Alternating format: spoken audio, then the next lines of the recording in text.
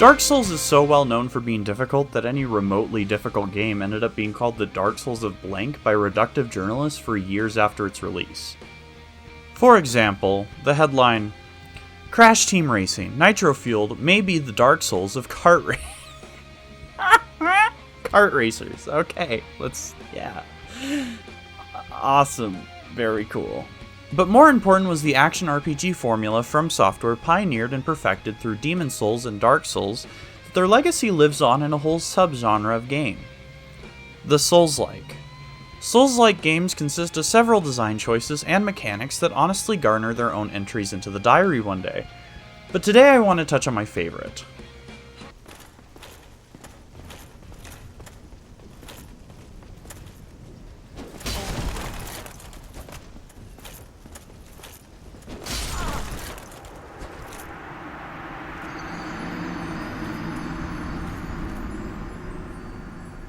For the purposes of this essay, I'm going to call this the try again mechanic, a mechanic that effortlessly and by design encourages and nearly forces the player to get better at the game. And to find it at its roots, we're going to have to look way back to some of the earliest and most influential games. For this, I'm going to go back to one of my favorites to talk about, and the subject of entry 1, Super Mario Bros. In this Nintendo classic, there was no saves, no checkpoints, and if you got a game over, that was it, and you had to start all over again. This was mostly due to technical limitations of the time, but these types of games, or to be more specific, the type of games that lasted with players, forced the player to try and try again, get better, and be rewarded for playing better. As saves and checkpoints became more prevalent, this mechanic of having to try again from the start started to fade into obscurity. As a result, games became longer, more complex, more difficult, but all the less punishing. By the 2000s, a popular trope in games had become the respawn mechanic, which made for unlimited lives and made games far less punishing. This mechanic, and well, saving in general, requires quite a bit of additional suspension of disbelief. Or does it?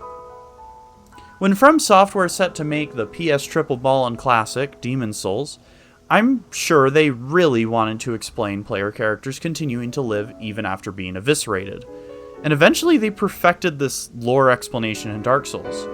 In Dark Souls, it is explained that the player is a hollow, someone who is basically immortal and can regenerate themselves near a bonfire, or the save point of the game. Along with this, the experience system is as follows. Each enemy you kill and boss you defeat, you gain souls that can be spent at the life-giving bonfires for better stats. When you end up dying, you lose all said souls and have the opportunity to gather them back up if you run over there from the bonfire. But there's just one catch. Use of the bonfire, and that includes respawning, regenerates all standard enemies of the game's map. You have to play better than you did when you died, or you'll die on the way and those souls you lost the first time will be gone for good. With this system, the player is directly encouraged to try again, learn the mechanics, try new strategies, and come out victorious. Eventually. As it is still common for these games to be infamously difficult. Many say they can't enjoy a Souls-like, and others say they're hard to enjoy for this reason, but I argue many miss the point. Much like a difficult hike or Baum's classic, The Wizard of Oz, the joy is in the journey and what we gain along the way. In a Souls-like, the best solution to any roadblock in the game is simply getting better at the game. Thus, the ubiquitous meme Get Good really started to become a definitive part of the game's community.